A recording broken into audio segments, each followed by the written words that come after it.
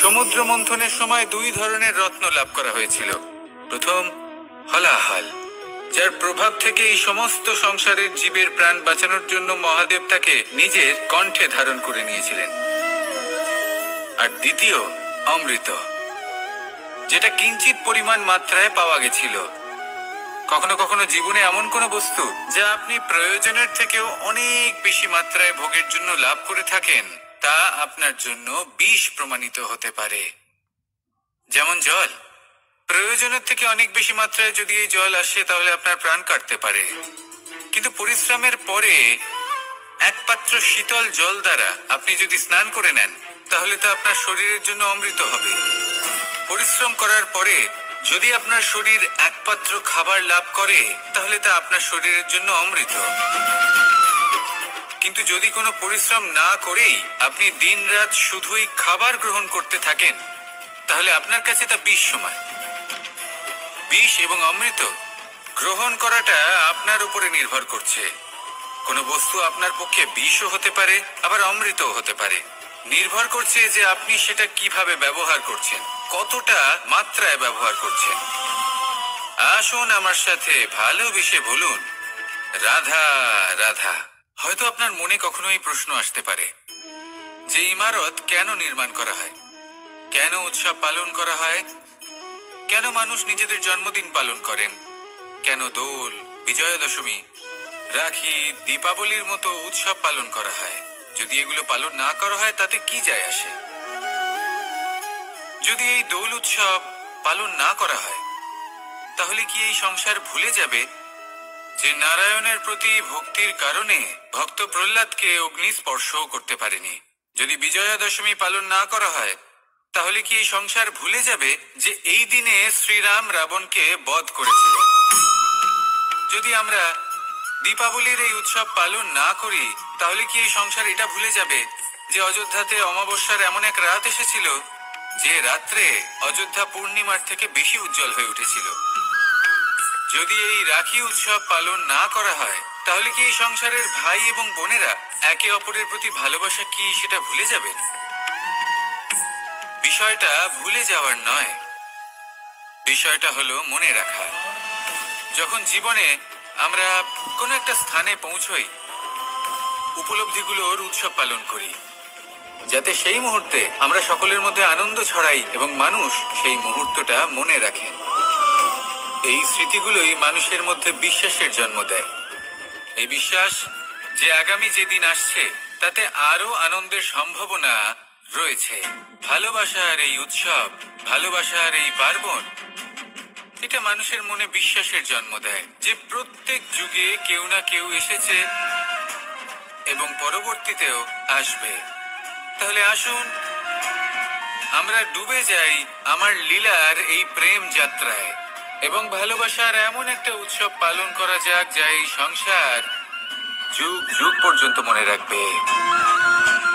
তাহলে আসুন আর আমার সাথে ভালোবেসে বলুন, রাধা রাধা। প্রেমের পরিভাষা আসলে কি?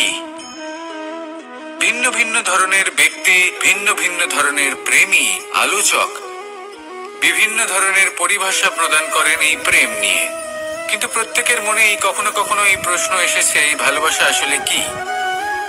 নিজের প্রিয়তমকে জয় করাই কি প্রেম? চার হাত এক হয়ে যাবার নামই কি প্রেম?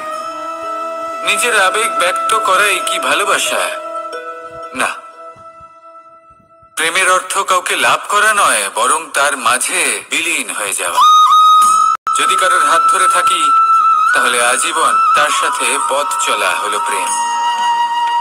প্রেম শুধুমাত্র সেটা নয় যা প্রেমী আর প্রেমিকার কেশ দামে মালা বেঁধে দেয়। মাতা পিতার জন্য দিনরাত পরিশ্রম করা, নিজের পরিবারের জন্য দিনরাত পরিশ্রম করা, সেটাও প্রেম। নিজের বন্ধুদের জন্য, আপনজনের জন্য সবকিছু উজাড় করে দেওয়ার নাম হলো ভালোবাসা। নিজের মাতৃভূমির জন্য সাহসের সাথে লড়াই করা এবং আনন্দে নিজের জীবন ত্যাগ করে দেওয়াও কিন্তু প্রেমের নামান্তর।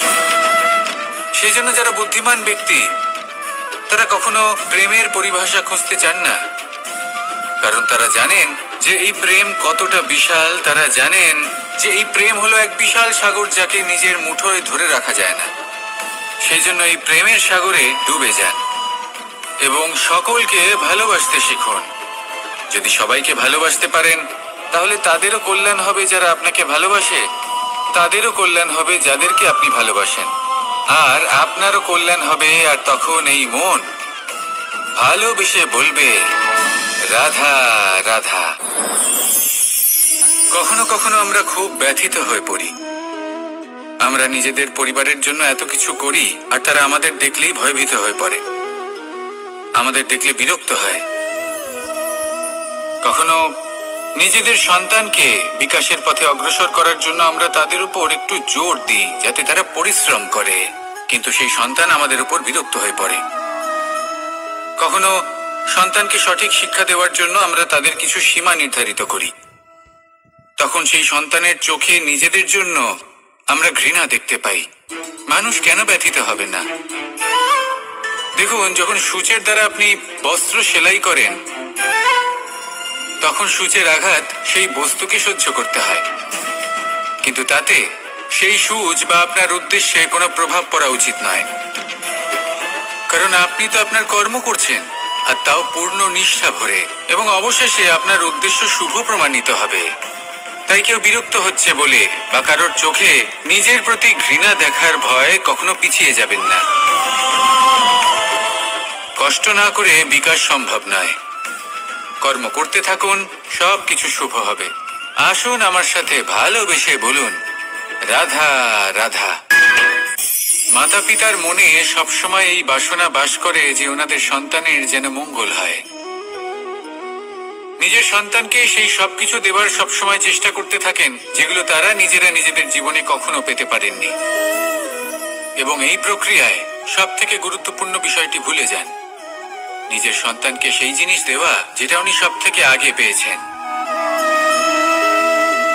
আমি ধনের কথা বলছি না, আমি বলতে চাইছি নিজের অভিজ্ঞতা দ্বারা ওনারা যে মানসিক স্থিতি লাভ করেছেন,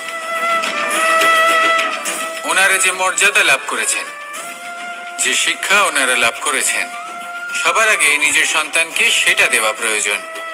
সেটা যদি নিজের সন্তানকে দিতে পারেন, তাহলে এই সন্তান জীবনে তার পথে এগোতেও পারবে, ধন অর্জন করতে পারবে এবং শক্তিশালী অনুভবও করতে পারবে। সেই জন্য সন্তানকে সবার আগে সেটা দান করুন যেটা সব থেকে বেশি মূল্যবান। সেটা দিন যেটা আপনি সবার আগে লাভ করেছেন। আসুন আমার সাথে ভালোবেসে বলুন, রাধা রাধা। ধন, সম্পদ, ঐশ্বর্য, মানুষ হয় নিজের সৌভাগ্যের দ্বারা এগুলো লাভ করে থাকেন বা কর্মের দ্বারা। সৌভাগ্য আসলে কি? গ্রহের দশা, যা প্রত্যেক মুহূর্তে বদলাতে থাকে। কর্মের মাধ্যমে যখন আপনি ধন অর্জন করেন, তখন সেই ধন আপনার আগামী প্রজন্ম লাভ করে। সেটা হয় সে ভোগ করে বা তার জন্য তার ভোগান্তি হয়, আর এটা নির্ভর করছে আপনার কর্মের ওপরে।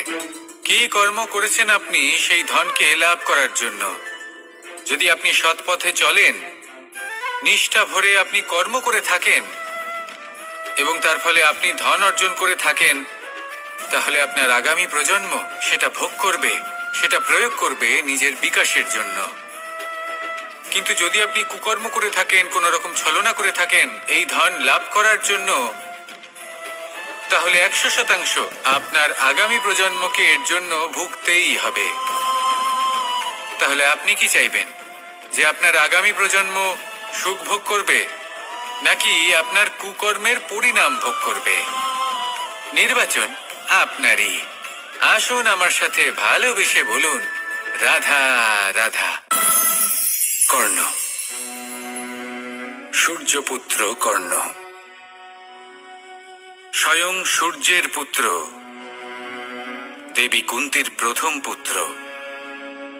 সেই কর্ণ যার একটি বাণ আমার রথকে, সেই রথ যার ওপর মহাবলী অর্জুন বিরাজমান ছিলেন, যার পতাকায় স্বয়ং হনুমান ছিলেন, সেই রথকে তার একটি বাণ ধসিয়ে দিতে পেরেছিল। দৈব কবচ কুণ্ডলধারী কর্ণ, সেই কর্ণ যুদ্ধক্ষেত্রে নিজের সমাপ্তির সম্মুখীন হলেন। কারণ কি ছিল? নির্বাচন।